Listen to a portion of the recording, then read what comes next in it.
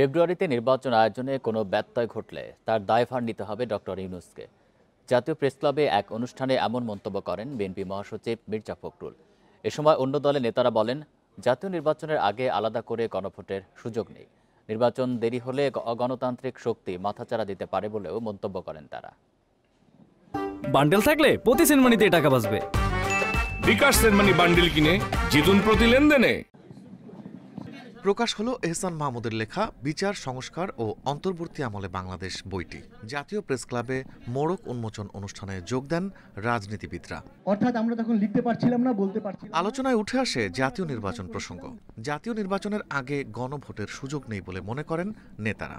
বলেন, জুলাই সনদ বাস্তবায়ন হবে নির্বাচিত সংসদে। আমাদের আবেদন থাকবে যে সংস্কারের এজেন্ডাকে সামনে রেখে আমরা যেন হীন উদ্দেশ্য স্বার্থের জন্য আমরা যেন নতুন করে একটা রাজনৈতিক বিভাজন, একটা সংকটের দিকে দেশকে ঠেলে না দিই। এই মুহূর্তে দুটো ভোটের বাস্তবতা নেই।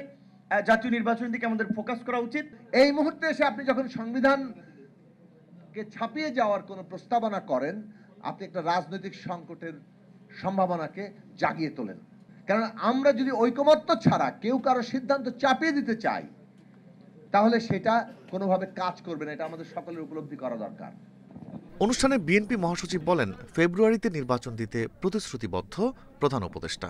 এর ব্যত্যয় হলে দায় অধ্যাপক ইউনূসের। আপনি জনগণের সামনে কিন্তু প্রতিশ্রুতিবদ্ধ, ওয়াদাবদ্ধ যে আপনি এখানে সত্যিকার অর্থেই যেটুকু সংস্কার দরকার সেই সংস্কারগুলো করে আপনি জনগণের যে কাছে গ্রহণযোগ্য নির্বাচন দেবেন।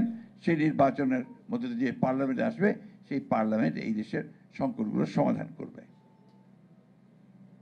সুতরাং আজকে যদি এর থেকে কোনো ব্যত্যয় ঘটে, এর থেকে বাইরে যদি যান, তার দায় দায়িত্ব সম্পূর্ণ আপনাকেই বহন করতে হবে। তিনি অভিযোগ করেন, জুলাই সনদ বাস্তবায়ন প্রক্রিয়ায় নোট অফ ডিসেন্ট উপেক্ষা করা হয়েছে, যা এক ধরনের প্রতারণা।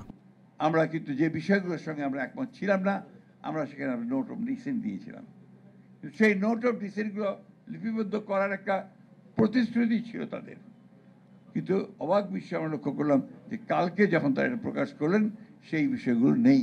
এই ঐক্যবদ্ধ কমিশন, এটা আমি বলবো যে জনগণের সঙ্গে এটা একটা প্রতারণা, রাজনৈতিক দলগুলোর সঙ্গে এটা প্রতারণা। নির্বাচন বিলম্বিত হলে দেশ অস্থিতিশীল হয়ে উঠতে পারে বলেও আশঙ্কা জানান মির্জা ফখরুল। অনেক কঠিন সময় অতিক্রম করেছে। Rifat Alam, independent news, Dhaka.